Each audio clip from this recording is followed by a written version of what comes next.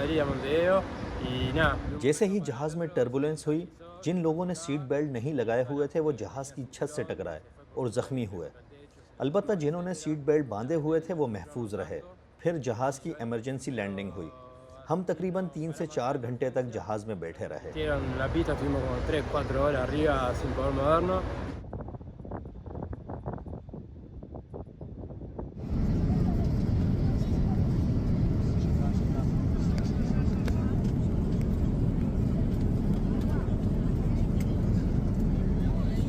Hubo gente que se quebró. जहाज़ में मौजूद मुसाफिरों के बाजू, टांग और चेहरे पर चोटें और फ्रैक्चर आए। तकरीबन 30 अफराद ज़ख्मी हुए हैं। ये बहुत ही खौफनाक था। हमें लग रहा था कि हम मर जाएंगे, लेकिन खुदा का शुक्र ऐसा नहीं हुआ।